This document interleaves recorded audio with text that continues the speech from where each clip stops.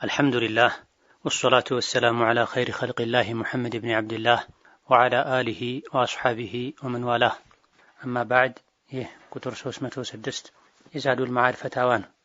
ዛሬ ከምናያቸው ጥያቄዎች የመጀመሪያው በአሁኑ ጊዜ በዘመናዊ ሕክምና ጽንስ በማህፀኗ መያዝ የማትችል ሴት ማህፀን በመከራየት የሚወልዱ አሉ። በሌላ ሴት ውስጥ ሰላም አለይኩም ወራህመቱላሂ ወበረካቱ።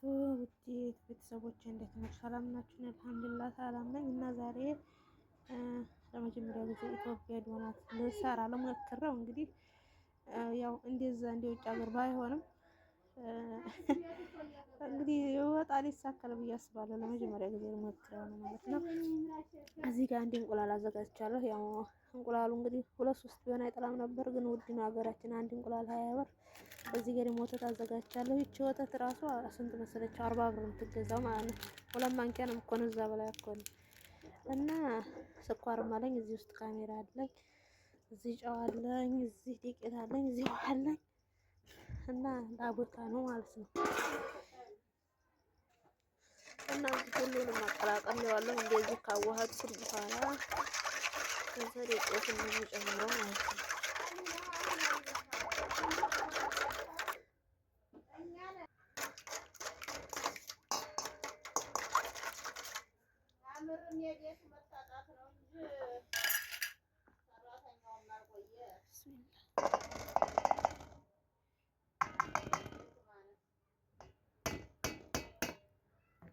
አሁን ልለውስ፣ ያው በአንድ እጄ እየቀረጽኩት ስለማይመቸኝ ልለውስና ደግሞ አሳያችኋለሁ ማለት ነው። እና በዚህ መልኩ አብቻዋለሁ። ኩፍ ሲል እንገናኛለን ማለት ነው። አሁን ኩፍ ብሏል። ልጀምር ነው ማለት ነው። ልጀምር ቆርጦ ደግሞ በእነዚህ ነው ማለት ነው። እና ባለሙያ ይሄን ስራ የሚሰራው የጤና ተቋም ታማኝ መሆን አለበት። በርካታ ዑለሞች አማናው አንድ አካሉ ምን መሆን አለበት ብሏል? ሙስሊም መሆን አለበት። የዘርን አደገኝነት የሚያውቅ መሆን አለበት። ምክንያቱም ተሳስቶ ሌላ ዘር ተቀላቀለ ማለት ማውረስ ማይችለው ይወርሳል። ውርሱን ካቀላሉ ነው፣ የዱንያ ጉዳይ ነው። ወሊ ሆኖ ማጋባት ማይችለው ወንድም ተብሎ ያጋባል። መሕረም መሆን ማይችለው መሕረም ይሆናል። ባህል መጃር። እነዚህ የመሰረቶች ሁሉ መሰረት ናቸው። ሌሎችም በርካታ መሰረቶች አሉ። ከዚህ መጠንቀቁ ነው የሚሻለው። አዳን ሲል ወሬ ማውራት ችግር የለውም ወይ? አለው። ሱና ነው ወይስ አይደለም? ባረከላሁ ፊኩም። አዳን ሲሰማ ዝም ብሎ መልስ መስጠት ነው ሱናው።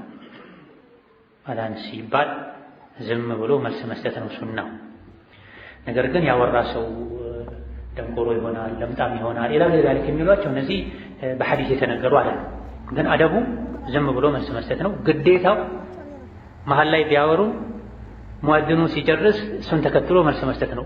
ኢጃበቱል ሙአዚኒ ዋጂብ ነው የሚሉ የተወሰኑ ፉቃሃዎች ኢዛ ሰሚዕቱሙል ሙአዚነ ፈቁሉ ሚስለ ማ የቁል፣ ሙአዚንን ስትሰሙ እሱ የሚለውን አይነት በሉ የሚለውን አምር ለውጁብ አድርገውት ሙአዚን አዳን ሲል እሱ የሚለውን ተከትሎ ማለት ዋጅብ ነው የሚሉ አሉ። ነገር ግን ጅምሁሮቹ አብዛኞቹ ሱና ነው የሚሉት።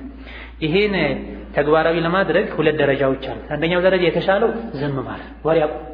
አላሁ አክበር ሲል ሙአዚን ወሬ ያቁመ፣ እሱ ጋር መልስ ስጥ። መሀል ላይም ላይ ዝም በል እሱ እስኪጨርስ ድረስ። ይሄን እንኳን ማድረግ አልችልም ካልክ መሀል ላይ መልካም ነገር ከሆነ የምታወራው አደብ ጥሰሃል፣ ማውራቱ ቅድም የተባለው አይነት አዳን ሲሰማ እንዲህ ያለ እንዲህ ይደርስበታል የሚለውን ሳያካትት አግባብ አይደለም። ግን ግዴታ በየመሃሉ ሙአዚኑ ሲጨርስ መልስ መስጠት ነው። ነገር ግን አደቡ ስርዓቱ ዝም ብሎ ማዳመጥ ነው። የሰውን አይን አጥፍቶ ሸሪዓ ፍርድ ቤት የሌለበት ሀገር ከሆነ ወይም የሸሪዓ ሕግ የማይተገበርበት ሀገር ከሆነ ምን ያደርጋል? ካሳ ይጠየቃል። በይቅርታ ይታለፋል። እንደዚህ አይነት የቅጣት እርምጃዎች በህግ ከለላ ስር እንጂ አይተገበሩም። አይኔን አጠፋኝ ብለህ ብድግ ብለህ አይኑን ስታጠፋ ሌላ ሰው መጥቶ ያንተን አይን ያጠፋል። በዚህ መልኩ የማያልቅ በቀል ይበዛል። አንድ ሰው ወላጆቹን የሰደበበትን ያንተም ይባላል ወይ አይባል? ወላጆች ምን አጠፉ? ለሱ በመስደቡ ለሱ መልስ ስጠው እንጂ በሰላም ቤት የተቀመጡ ወላጆችን መስደባቸው እሱ ማለት ወላጆቹ አይደል? ይሄ ወሰን ማለት ውስጥ ይገባል። ወላጆችን ስለሰደበ የሱን ወላጆች እሱን የሰደበው እሱን ስደብ። ይህም ካስፈለገን ወአሪድ አኒል ጃሂሊን አላዋቂዎችን ችላ በላቸው የሚለው የተሻለ ነው። ወንድ ልጅ ሀብል ማድረግ ይፈቀድለታል እንዴ? አይፈቀድም። ከሴት ጋር መመሳሰል፣ ሴት ሆኖ ወንድ ሆኖ ከሴት የሚመሳሰል አላህ ይርገመው ተብሏል። ወንድ የአንገት ሀብል የእጅ አምባር ማድረግ አይፈቀድለትም። ሴታ ሴትነት፣ ከካፍሮች ጋር መመሳሰል ሲጀምርም እንደ ሴት የሚያደርጋቸው ናቸው። ይህን ሲያደርጉ ምናየው ብዙ ጊዜ።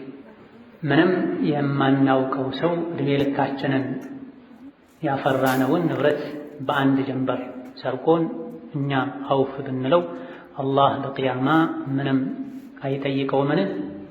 የእሱን ሐቅ ሊጠይቀው ይችላል። ያንተን አፍ በማለትህ ይቅር ይለዋል አላህ።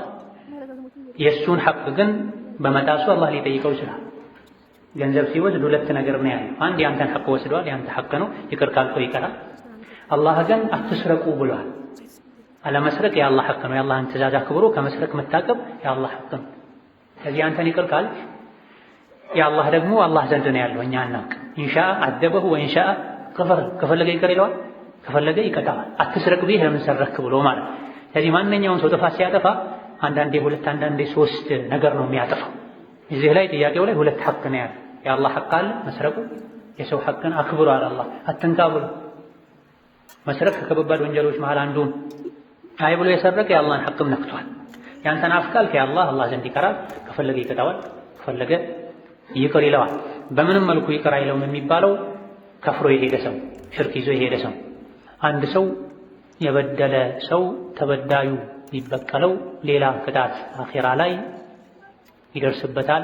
ምሳሌ ነፍስ አጥፍቶ የእሱ ነፍስ ቢጠፋ፣ ይሄም አሁን ካልናችሁ ጋር ተመሳሳይ ነው። ሰርቆ እጁን የተቆረጠ ምንም የለበትም አኺራ። ሰርቆ ከጠፋ ነው። በሸሪያው ሕግ መሰረት የሰረቀ እጁ ይቆረጣል ተብሏል። ሰረቀ እጁ ተቆረጠ፣ የአላህ ጉዳይ እዚህም ያበቃል፣ እዚሁ ያበቃለታል። ዝሙት ሰራ፣ መገረፍ ያለበት ተገረፈ፣ መወገር ያለበት ተወገረ፣ እዚሁ ያበቃለታል። ነብዩ ሰለላሁ ዐለይሂ ወሰለም ሐዲስ ላይ አላህ የከለከላቸው ቆሻሻ ነገሮችን ሰርቶ እዚሁ ሐድ የቆመበት ሰው የለም አኺራ ላይ አይቀጣም። እዚሁ ደግሞ ሳይቀጣ የቀረ አላህ የሰተረው አምሩ አላህ ዘንድ ነው ተብሏል። ስለዚህ በትክክል ጥፋት አጥፍቶ በጥፋቱ ከተቀጣ ትክክለኛውን ተገቢውን ሙሉውን ቅጣት ካገኘ ሁለቴ አላህ አይቀጣው። አላህ ከሪም ነው። በአንድ ጥፋት ሁለት ጊዜ አይቀጣም። አወል ሶፍ መስገድ በላጭ እንደሆነ ሁሉ በቀኝና በግራ ሶፍ በኩል መስገድ የተለየ ምንዳ አለውን? ሐዲሶች አሉ። አላህና መላእክቶች የቀኝ ሶፎች ላይ ሶላዋት ያወርዳሉ የሚሉ ሐዲሶች አሉ። ሐዲሱ ሰነዱ ላይ ከላም አለበት። ከኢማሙ ቅርብ መሆን ነው አጅር ያለው። በላጩ ትክክለኛው በቀኝ በኩል መሆን በላጭ ነው የሚሉ ሐዲሶች እንዳሉ ሆኖ ፉቃሃዎችም ይሄን ያሉ እንዳሉ ሆኖ በላጩ ትክክለኛው ከኢማም ቅርብ መሆን በላጩ። በግራ በኩል ስትሆን ከሆነ ከኢማም ቅርብ የምትሆነው ይበልጠው የግራ፣ በቀኝ ስትሆን ከሆነ ለኢማም ቅርብ የምትሆነው ይበልጠው የቀኝ። መቼ ነው ቀኙ የሚበልጠው? ግራውን ቀኙም እኩል ከሆነ። ኢማም እዚህ ጋር ቆሞ በግራ ሶስት ሰው አለ፣ በቀኝ ሶስት ሰው አለ። ይሄን የማን ይበልጣል? የቀኝ ይበልጣል። ሰሐቦች ቀኝን ይወዱ የነበረው ቀኝ ለየት ያለ ትሩፋት ስለነበረው ሳይሆን ነብዩ ብዙ ጊዜ ሲዞሩ በቀኛቸው ይዞሩ ስለነበረ ነው። ለጋይ ታሪክ ተብሏል። ዑሙመን የተሻለው አቅረቡ ለኢማሙ ለረውዳው ኢማም ለሚቆምበት የጀነት ጨፌ ለተባለው ረሕመቱ ለሚወርድበት ስፍራ ቅርብ የሆነው ይበልጣል። ሀብታም ሆኖ አመስጋኝ መሆን ይበልጣል ወይስ ድሃ ሆኖ ታጋሽ መሆን ይሻላል? ለዚህ ጥያቄ መልስ